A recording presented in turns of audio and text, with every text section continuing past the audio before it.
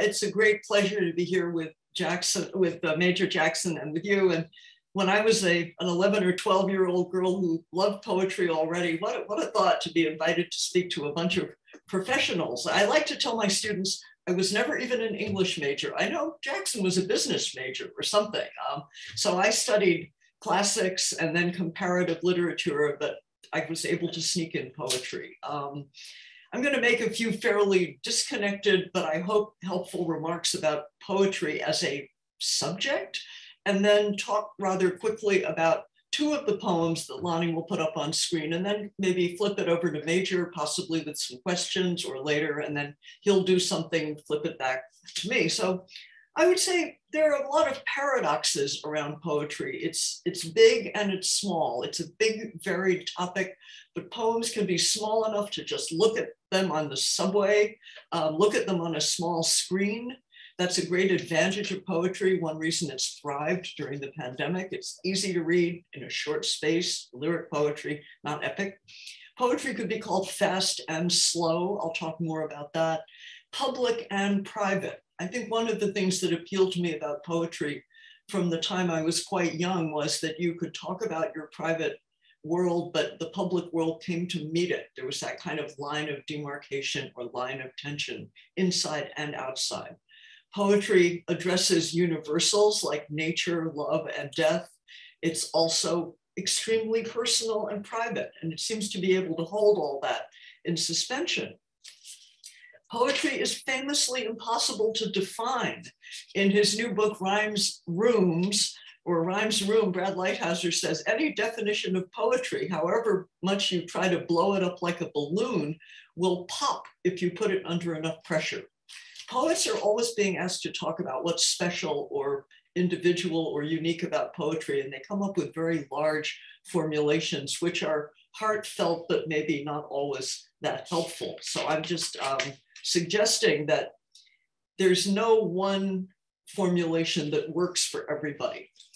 In terms of teaching, I am not really by inclination a theorist, but I would say if you are inclined to teach about the history of literature or literary genres like lyric poetry versus epic poetry, or literary criticism, perhaps for more advanced students, depending on who you're talking to, you know, the new criticism, so-called deconstruction, reader reception, reader response. Poetry is a great kind of test case for all of these because there's usually more than one way to read a given poem. At the same time, some techniques work a lot better with some poems than with others. And two simple analogies I would use. One of them is that if you're eating soup, chopsticks might not be the most helpful thing. If you're eating an apple, a spoon might not help. If you're eating a steak, you probably need a knife. Poems need different kinds of analytical tools if you are going to go at it that way. The other analogy or using imagery is that if you think of a continuum with at one end, let's say a highly organized, formal, traditional piece of language like a sonnet, but that would also include all kinds of other poetic form, including rap, including sestinas, villanelles, all kinds of things at one end. And at the other end, something completely prosaic, like the directions on a box of brownies or how to change a tire. Where does the poem fall on this continuum? You would not expect to read the directions on a box of brownies and have them rhyme. That would offend and surprise and distract you. So what are the expectations? So having thrown out a few of these ideas, and I would say that because of the multiplicity of kinds of poetry and ways of approach, there's really no way to do it wrong. I would not, however, encourage students to decode a poem or to think along the lines of what is the poet trying to say? That's a good way to get up our noses, right, Major? I would say in general, look at what the poem is doing rather than what the poet is doing. And here, the new criticism, which is almost 100 years old now, which was really developed to talk about poems, It's not the only tool. It's not always the best tool, but if you put a frame around the poem and the poet and the poet's life is outside the frame, that's not always a bad thing to do if you're going to look specifically at a text. So the poems I'm going to start with are quite short. Lonnie, maybe you could pull up Cavafy's Walls for the screen.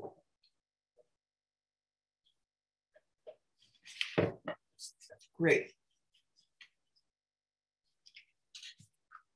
So this poem was written by the Alexandrian Greek poet Konstantin Cavafy, who lived from 1863 to 1933, and it's translated, of course, by my wonderful late mentor, Edmund Keeley, who died 2 months ago. But having said that, we don't really need to know very much about Cavafy or even worry about the translation. This is a poem that I think if students take the time to read it and think about that image of walls, everybody is going to come up with a different interpretation of what those walls mean. That's one of the things poems can do and often do. They're not literal. That doesn't mean the walls have to symbolize something, but the poem certainly encourages us to think of the walls as meaning more than literal walls. With no consideration, no pity, no shame, they have built walls around me, thick and high. And now I sit here feeling hopeless. And the very haunting ending, when they were building the walls, how could I not have noticed? But I never heard the builders, not a sound. Imperceptibly, they have closed me off from the outside world.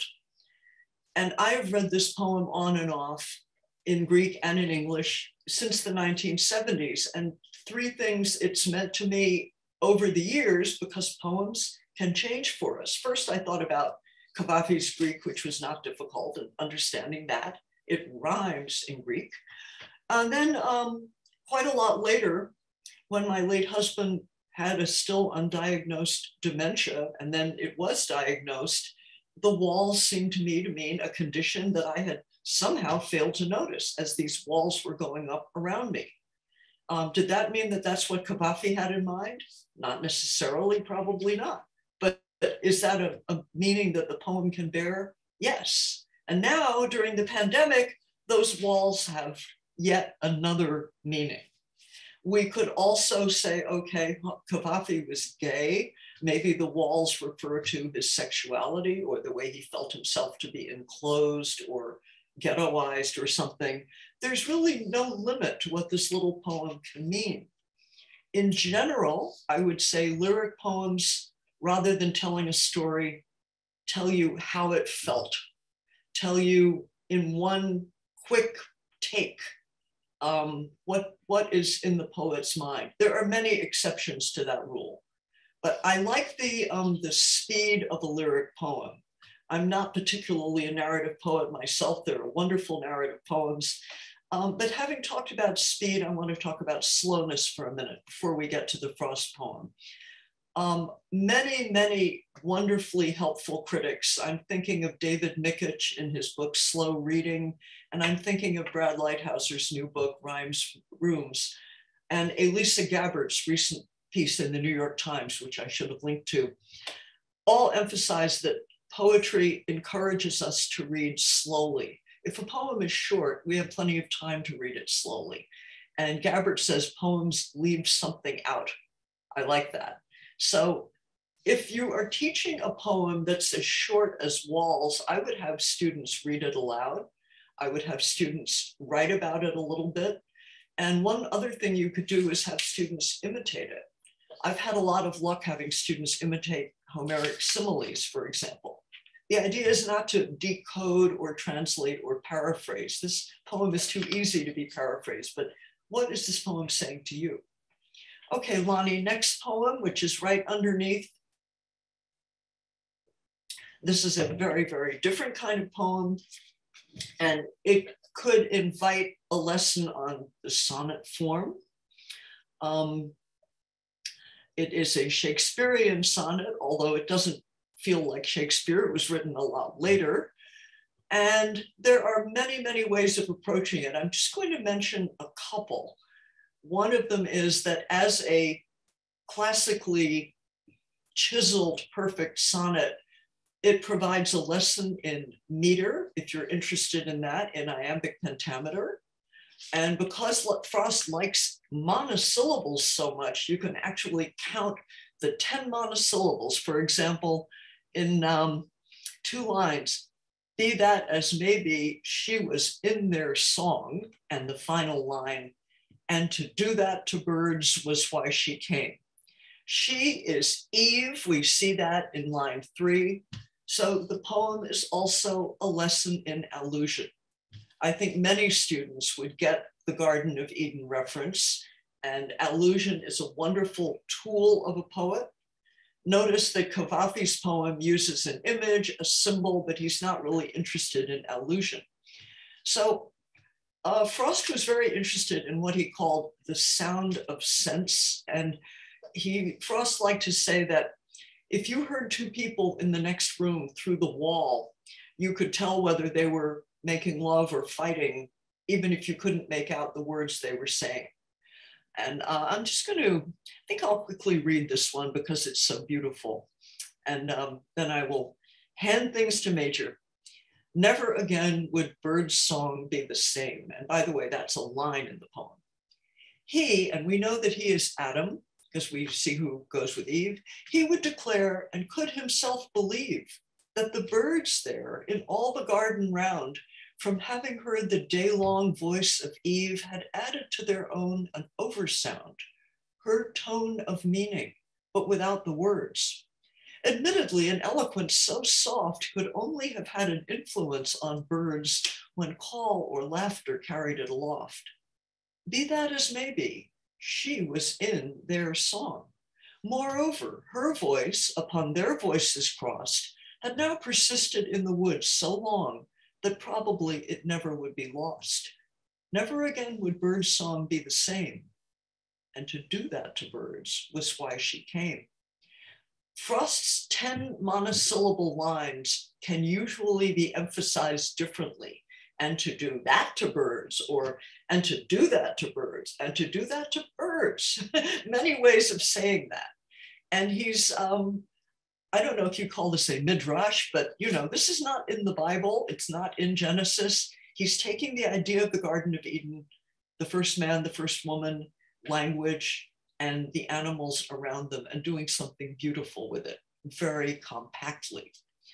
I'm going to stop there for a little and take a breath and listen to my colleague who said such wonderful things in October that I can't keep up with that. I have a lot of notes from what you and Dwayne Betts were saying. Okay. Well, I'm so happy to join my friend Rachel Hadas and to once again participate in this great work that the Teagle Foundation is doing and Cornerstone. Yes, I'm so delighted to talk about poetry, and Rachel touched upon so much of what I believe and carry, not only as a teacher, but a practitioner of poetry. But as a teacher, I feel like what I try to do is subvert the occasion of the study of poetry in the classroom, because that comes with all kinds of pressures. And I really do try to create a context that kind of stretches our group conversation around poems. I liked, we have book discussion groups. I normally, which has a kind of a casual sound to it. I think poetry discussion also lends, or at least pushes away some of the pressure that students have, or at least they feel, in having to interpret the poem. So some of the things that I try to emphasize, other than deconstructing the poem as poem, is to remind the students that the poem allows us to pay attention to language that is outside of any other uses of language that they'll encounter in the day. And there's something gorgeously ritualistic about gathering around a poem, particularly a short poem. The other thing I try to emphasize is that the poet in some way is modeling how to see the world, is paying attention and calling attention to quite possibly what passes us in the onrush of our day. I like how Rachel spoke about poetry's relationship to time and how it calibrates us towards maybe a space of meditation, so to speak. I'm also thinking about, at least within the poem, and we just saw it with Frost, and you're going to hear it in the poem that I'm about to read, it also models the turns of human thought and feeling. Just to go back to Frost, Frost referred to poetry as a momentary stay against confusion, and something about the poem models that moment of clarity, that moment of enlightenment. Again, all of this to push back against the idea that there is one right interpretation. I'm thinking about too, at least with my students, I want them to pay attention to the registers of speech and diction, how the words in the poem are so textured.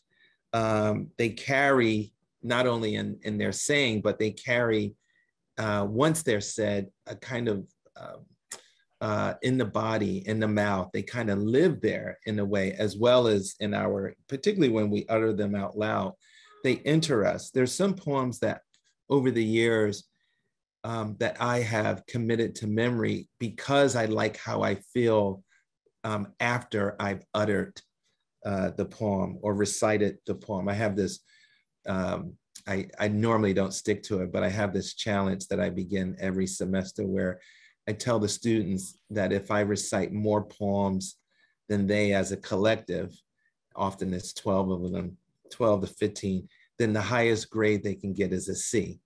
And so weekly we get into this poetry recitation challenge.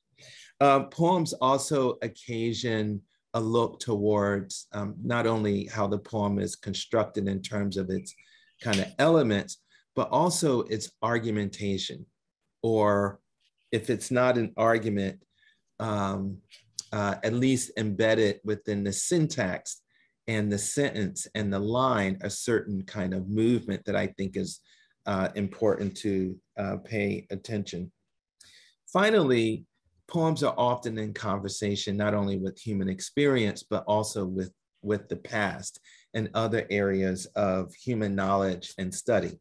Like this poem, I'm gonna ask my friend Lonnie to put up the painting first that this poem is based on. This is a painting by Diego Velázquez.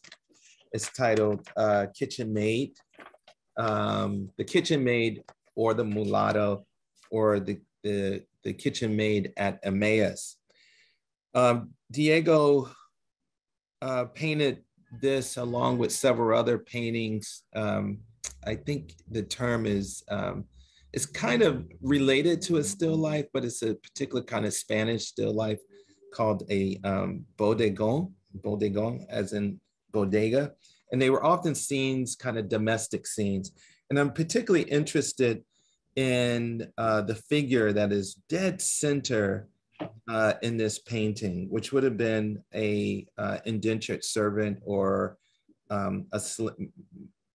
actually, let's name it, a slave. Most paintings, as we know, did not, in that era, featured on people who occupied the lower realms of societies. So this was pretty radical. If you can recall Velázquez painting portraits of King Philip and his children, for example. So this was interesting. He also painted a similar portrait of his assistant, actually his indentured servant, actually, another famous painting. But here we have Kitchen Maid, the mulatta at Emmaus, which is inspired by the biblical story of after the resurrection, Christ is on the road and comes across two disciples who are debating whether or not he's resurrected, and they do not recognize him as Christ, and he kind of scolds them, and the story ends at the end of the day. And when they arrive at Emmaus, one of the men invite him for dinner and to stay. And it's when he cracks the bread and blesses the bread, breaks bread and blesses it, do they realize it's Christ. Now, that story is in the background of this particular painting. And what I admire about my friend Natasha Trethway, who wrote a book called Thrall, she herself is of mixed ancestry. And this book that she wrote takes on that as a theme, particularly as it's represented in art, like right here with Diego Velázquez. Her reading of this particular painting is really profound to me, and you will see why in a minute. But I want to read the poem and then go into some of the elements that I find quite amazing what she does here. As you can instantly see, just typographically, it's a sonnet, but we'll come back to that. Kitchen Maid with supper at Emmaus, or the mulatto. After the painting by Diego Velázquez, circa 1619. She is the vessels on the table before her, the copper pot tipped toward us, the white pitcher clutched in her hand, the black one edged in red and upside down. Bent over, she is the mortar and the pestle at rest in the mortar, still angled in its posture of use. She is the stack of bowls and the bulb of garlic beside it, the basket hung by a nail on the wall and the white cloth bundle in it, the rag in the foreground recalling her hand. She's the stain on the wall, the size of her shadow, the color of blood, the shape of a thumb. She is echo of Jesus at table, framed in the scene behind her, his white corona, her white cap. Listening, she leans into what she knows. Light falls on half her face. So first thing I want to kind of talk about is Natasha uses a technique that is pretty popular among poets, particularly poets today who want to create a kind of a sense of music in the poem. She uses repetition, what we would call anaphora, that she repeats. I think I counted 6 times within the poem.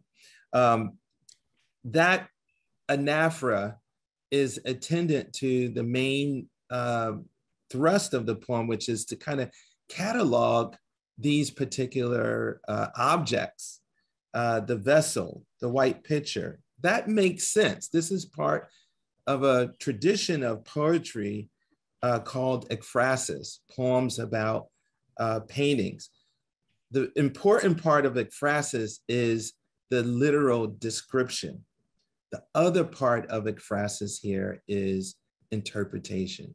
We have the description, but what is the object? What is the scene? What is the setting telling us about human experience or some area of human knowledge? I find it amazing that the poem catalogs all of these objects and pretty much collapses this servant as being defined by all of these, if we're going to talk about lexicon, the lexicon of domesticity, the domesticity of the vessels, all those bowls, the pitcher, the mortar and the pestle, the bulb of garlic. Okay, there's that. But then what's interesting too is that it starts moving into the sub-theme of the poem, which is the presence of Christ. and Christ as symbolized by that moment of the crucifixion, that nail, that white cloth that's bundled there, the stain on the wall, as well as the blood. So that's two levels of lexicon that I like to call my students' attention to. The amazing turn in the poem. All sonnets, as we know, have a turn. And here, it's the collapsing of, and this is the radical moment, when Natasha says she is the echo of Jesus at table, framed in the scene behind her, his white corona, her white cap. That assertion of this maid, this kitchen maid, this brown-skinned woman as being almost a sacrificial figure in a way, is really profound and divines her, much like the painting, and putting her in the foreground, gives her a place in the history of painting that wasn't there before. My favorite part of that towards the end, that white corona, that white cap, of course, but this is a poem that has three, if you can break it down, three quatrains, 4-line stanzas. Those particular, it's loosely rhymed. Those quatrains are not, they adhere because of the rhyme. Pitcher and mortar, angled and bundled, which are kind of outside, first is alternate and then outside rhymes. But the next quatrain, between hand and her, echoes, shadow, not echoes, echo and shadow and sound are brought together. These two figures come close together. So there's a repetition, so to speak. The white corona, the white cap, the echo, the shadow. It's the only moment, the final couplet does not rhyme, but there's action there. She leans into what she knows. And the light of Christ, that halo, light falls on half her face. Really pretty profound ending in my mind. And it's an ending that isn't giving us its interpretation, it's only alluding. And that is the other aspect that I find quite fascinating, is that poems allow us to say things without saying them, so to speak. They often resonate beyond, there's often symbolism or allegory. And depending on where you are with your relationship to the world, sometimes those are more easily felt. I'm gonna go to Yusef Kumayaka's poem.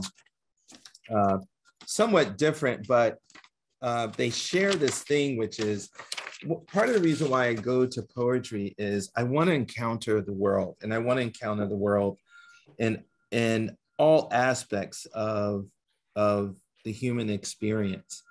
I want to see a portrait of the people around me, or at least be reminded of myself. I think poems that are representative of human experience, particularly those life moments that leave us speechless, poems have a way of coming in and uttering or saying the unsayable. Here is a poem, Venus's Flytraps, as you know, is a type of flower. And it's a dangerous flower because it has a very alluring center of which bees and other insects are likely to be drawn. That's how nature works, I guess. But this is a poem that I encountered early on in my reading of the poet Yusef Kumayaka. I chose this poem because it's written in free verse, but it's one of the poems that I have memorized, chiefly because of the rhythm of the poem, its particular cadence, but also how it does this. And we haven't talked about this yet, but poems allow us to kind of capture speech, whether that's vernacular, everyday speech, or speech that that maybe is more formal. In this particular case, Youssef is attempting to, how shall we say, approximate the speech of a 5-year-old. And in many instances, he is convincing. Let's hear how. Venus's flytraps. I am 5, wading out into deep sunny grass, unmindful of snakes and yellow jackets, out to the yellow flowers quivering in sluggish heat. Don't mess with me, because I have my Lone Ranger 6-shooter. I can hurt you with questions like silver bullets. The tall flowers in my dreams are big as the First State Bank, and they eat all the people except the ones I love. They have women's names with mouths like where babies come from. I am 5. I'll dance for you. If you close your eyes, no peeping through your fingers. I don't suppose to be this close to the tracks. One afternoon, I saw what a train did to a cow. Sometimes I stand so close, I can see the eyes of men hiding in boxcars. Sometimes they wave and holler for me to get back. I laugh when trains make the dogs howl. Their ears hurt. I also know bees can't live without flowers. I wonder why Daddy calls Mama honey.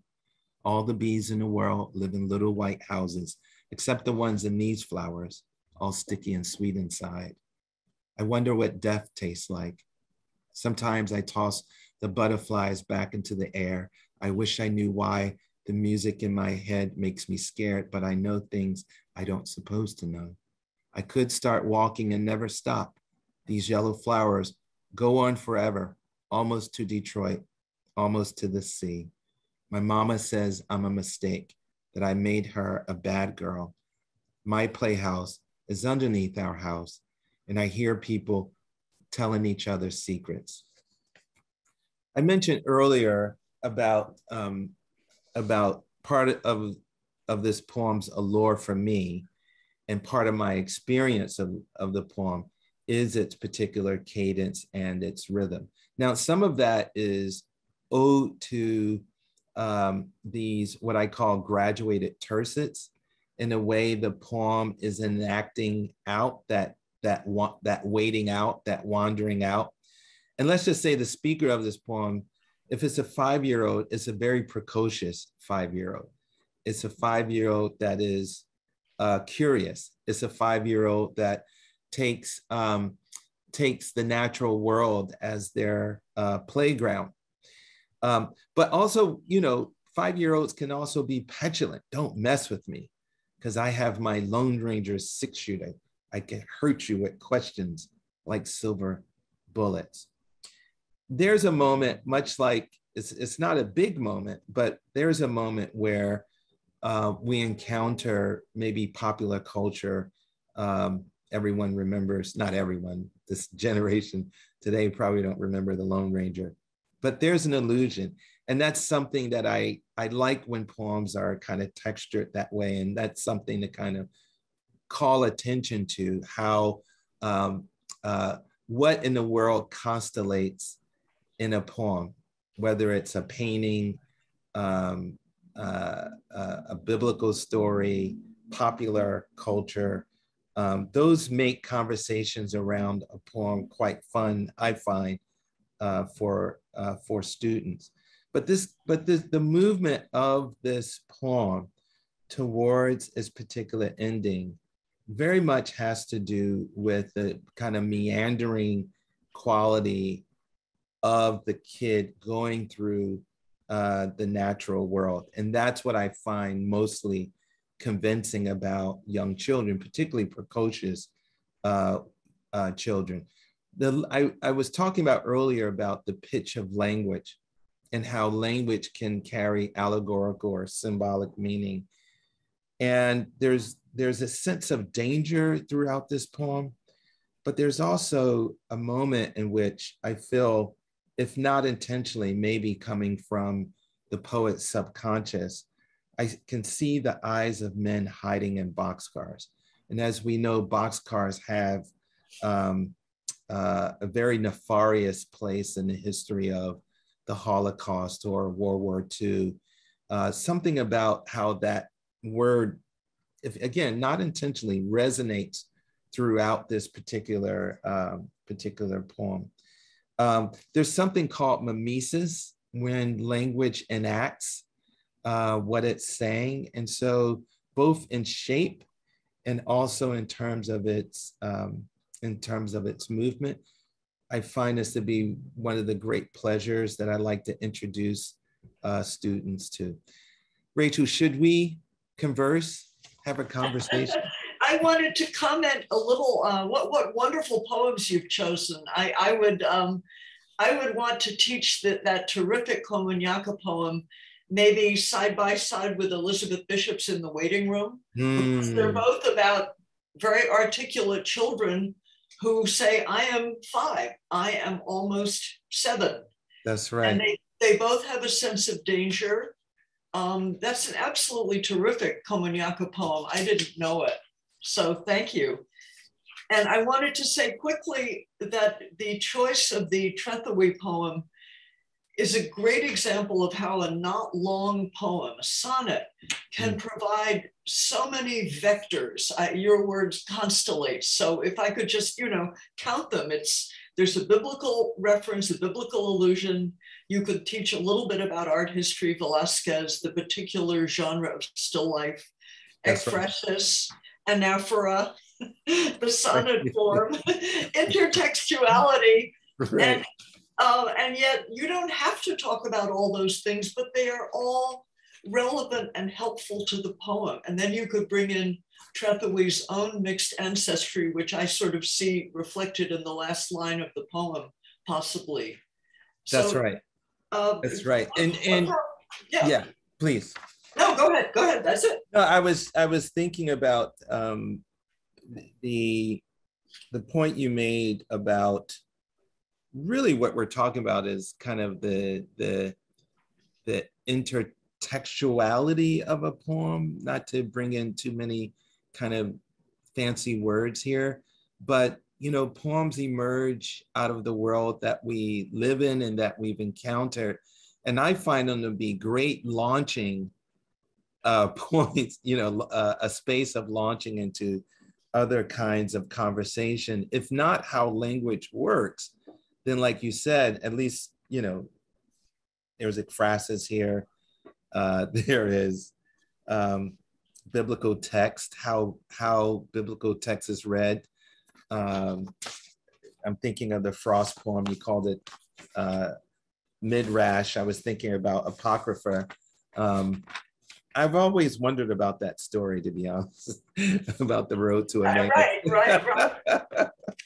I like to say to students that intertextuality is a long, ugly, clumsy word for the simple fact that, as I understand it, texts refer to each other. That's right.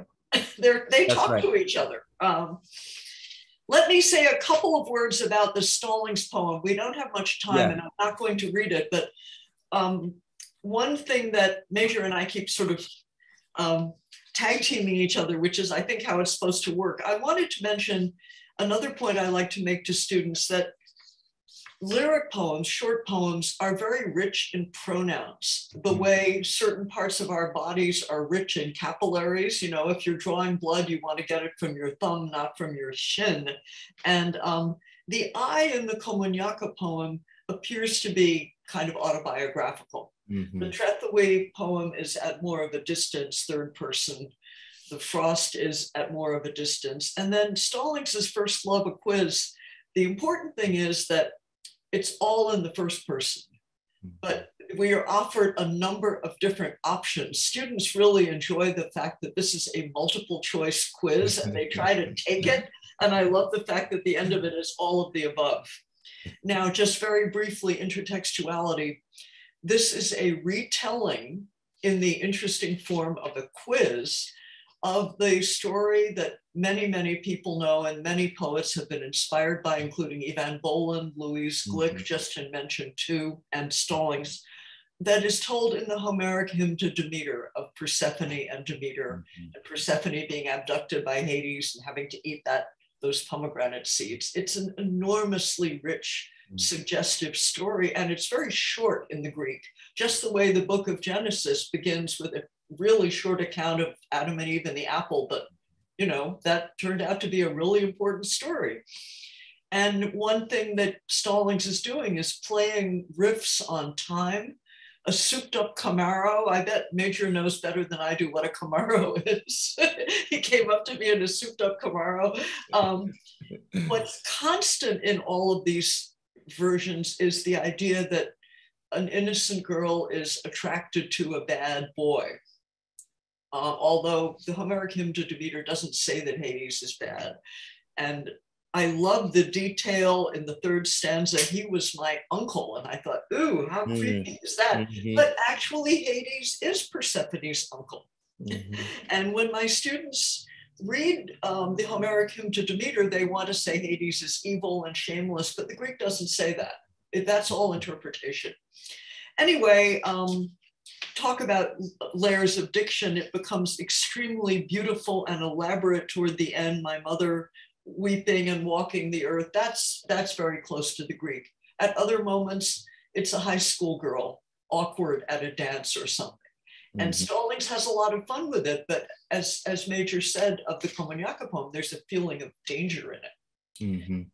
Can I add to this what I deeply, thank you for reminding me of this poem, because I try to also teach, at least among my graduate students, how we can appropriate different kinds of forms in the service of a poetry. Not to say like a grocery list, but we know that there are grocery list poems out there.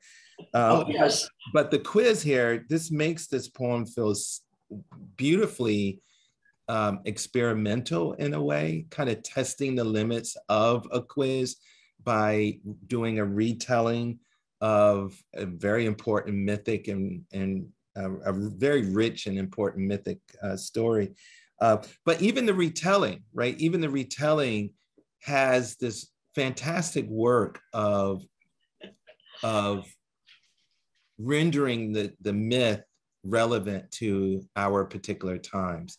And the overlay of you know, a contemporary kind of, let's say, the souped up Camaro, a sports car, a dinner and a movie, these kind of like touchstones of contemporary life. You know, Homer clearly didn't have a movie screen, but it's fascinating that Stallings can kind of do that rich overlay and renew the myth and have us see elements that we hadn't possibly seen before. And it's not really a narrative, but she's retelling it ingeniously by means of these quiz, this sort of Jeopardy-like. Yeah. And my students immediately, one said, I tried to match up all the different A's and then I tried to match up all the different B's. You know, they jumped right in and wanted to take the quiz. So this is an interesting form. And as Major said, you can also have a poem in the form of a laundry list or anything at all. Poetic form is another topic. And I would say as a teacher that poems with some kind of form I find easier to teach. Now I know we're going to be out of time soon, but my quarrel with some kinds of poetry textbooks or anthologies is that they might be very subject oriented and not pay enough attention to the how. They pay a lot of attention to the what. What is this poem about? What is the point being made? But how is really important. And I feel sure Major would agree. Well, yeah. And it just occurred to me just in that first stanza of Stallings' First Love, a Quiz, one thing that I haven't said that is hugely important in my own practice is how poems kind of shed a light on the web of existence. And it often does that through metaphor. So a good deal of my pedagogy takes aim at where's the poet in their unique mind connecting up the world. And that occurs to me in that first stanza in section D. In a lead chariot drawn by a team of stallions, black as crude oil. And I paused on that just to live in the texture of that horse, and its color and its kind of shimmeriness, black as crude oil. That kind of working of the mind is, in my opinion, one of the gifts of poetry, because it allows students to see that, look how, this is what I meant earlier about training us to see, training us to get to a level of precision that goes beyond, it was a black horse or it was a black stallion. Right. And I just wanted to say one more word about intertextuality and then hand it to Major. I don't even know if I have time to read my own poem. I might read some of it, but this poem asks to be taught in conjunction with the Homeric hymn to Demeter and with Evan Boland's The Pomegranate, and with at least one of Louise Glick's poems, and Rita Dove, who has a whole book about this same myth. So my doctorate is actually in comparative literature, but all literature is comparative literature. You can't really read this poem in isolation. In a way you can, but I think it wouldn't hurt to stretch a little and say, this is a poem that Stallings has in mind. But if you don't want to take the time to do that, certainly myth is very available in all kinds of places. I don't know how you deal with that, Major, with background info that they may or may not have. Yeah, I try not to be heavy-handed with particularly the poet's biography, because I feel like I feel like it's important, of course, but I also do not want it to dictate their own experience with. Yeah, I wasn't even speaking of biography. I mean, I could pull up five other poems about this topic, and they all happen to be by women. But no, I agree with you. No, I totally want them to know of other writers who have addressed certain themes, certain topics, mainly because I like the multidimensionality of how an event can be read by different writers, different poets. I see my friend Andy's here. Yeah, I've reappeared. Hi, this has been so wonderful. I hesitate to barge in. And first thing I want to say is, I hope maybe you're both willing to stay with us an extra 5 or 10 minutes so that we could hear a little bit, at least, of your own poetry, because I think that would be a wonderful treat. But I just wanted to make one comment. Listening to you, this word intertextuality has come up, as Rachel rightly said, is kind of be boiled down to the point that texts refer to other texts. And one of the inferences I think anyone listening to this conversation, including students, would justifiably make is that all poets are kind of by definition multiculturalists. What I mean by that is that poets feel that all other poems are available to them and belong to them as part of their arsenal. And they feel free to respond to them, react to them, incorporate them, even steal from them sometimes. That there are no, if I could put it this way, there are no trespassing signs. That say that poem belongs to some other group or some nation or some tribe to which I don't belong. And I think, as natural as that probably feels to you and all the other writers I know, it does not feel entirely natural to many students today. So I just want to observe that one of the wonderful things about this conversation, when you were talking about the beautiful Comagnaca poem, and Rachel said, well, maybe that could be read profitably next to Elizabeth Bishop's poem. And in my stuffy way, I was thinking, well, it could also be read perhaps next to Wordsworth's Tintern Abbey, because these are poems about childhood and how children think and how that's different from the way adults respond to the world. A poem can open up a whole dialogue across nations, across languages, and I think the more of that we can have these days, the better. So I just wanted to say that, and then invite you both to read a bit of your own poetry and say a few words about that before we turn to logistical matters after we say thank you to you. So, Major, maybe you want to start and read us? Yeah, go ahead, Major. Sure. This is a poem that I wrote in the wake of the tragic death of George Floyd. And to some extent, I was also kind of grappling with issues of the environment. On occasion in my writing career, I've written directly to issues, and then on other occasions, I have, as Emily Dickinson says, told it slant. This is a poem that kind of privileges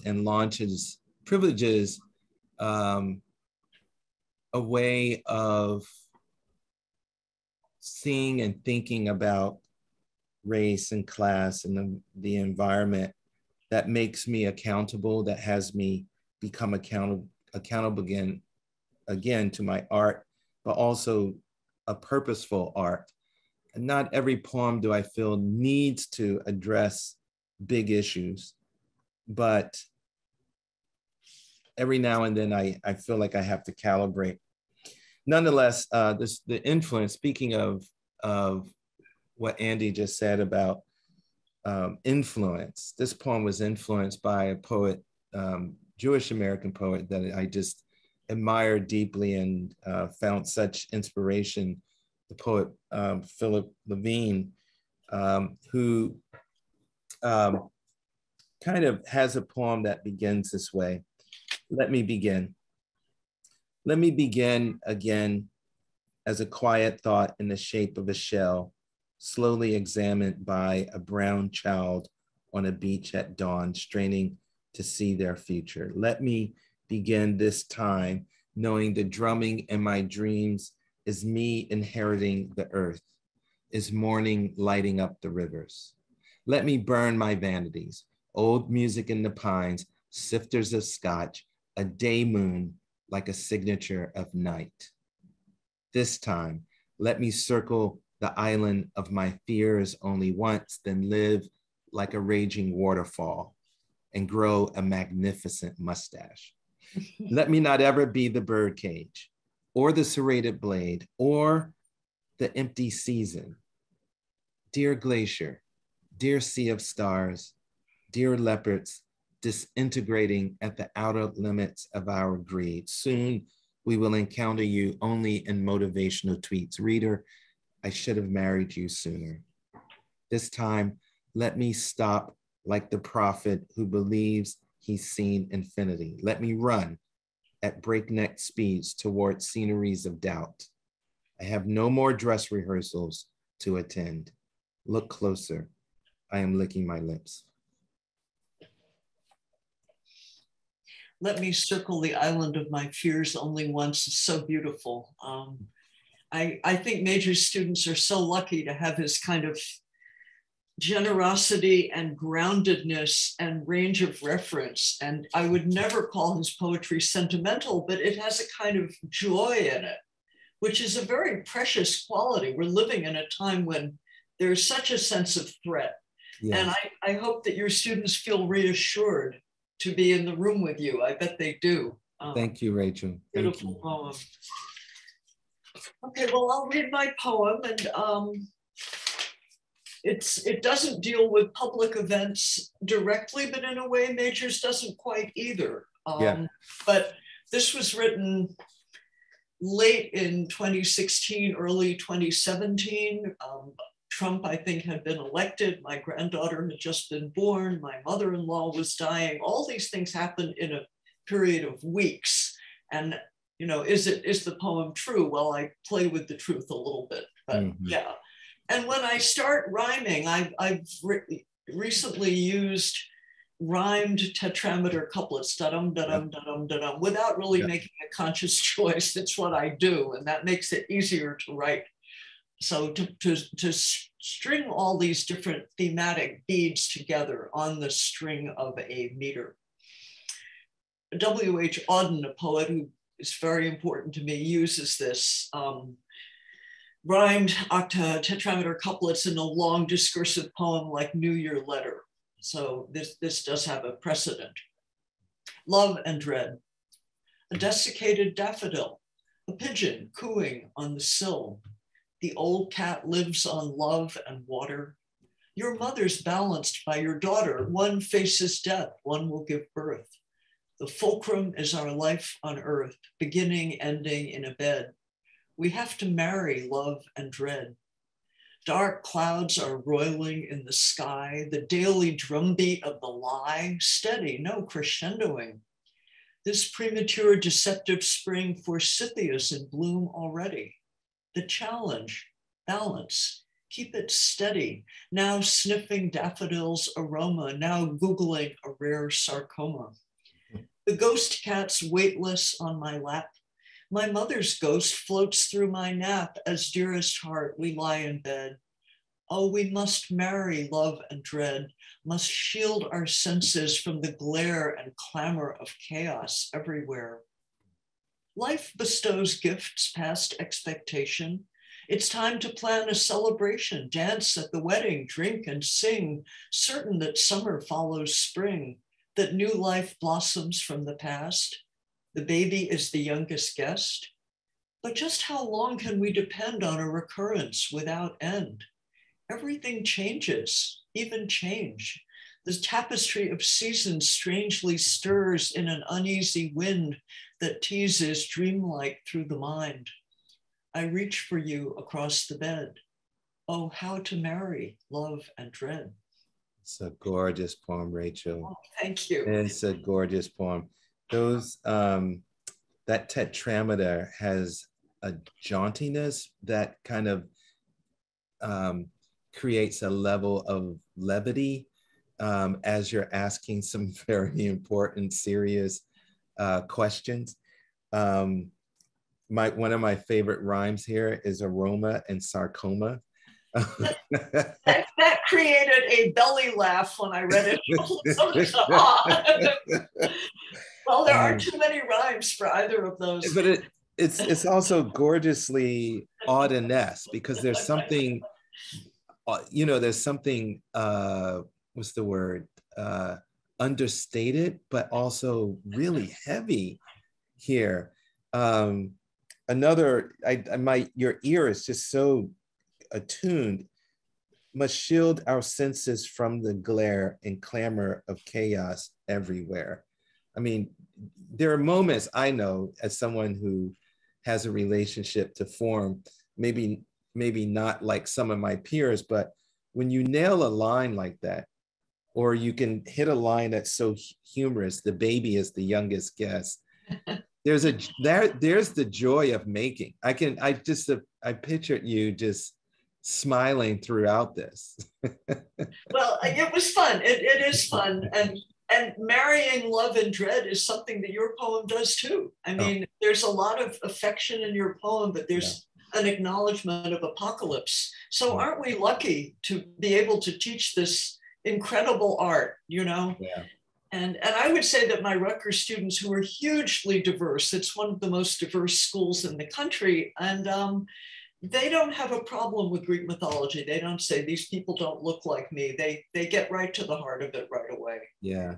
Can I say one last thing? Thank you for invoking Edmund Keeley.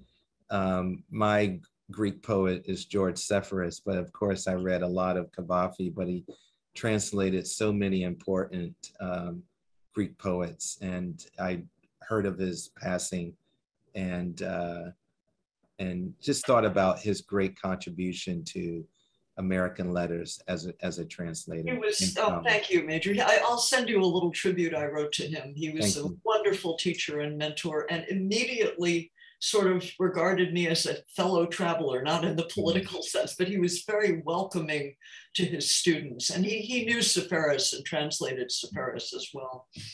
So this has been a great pleasure.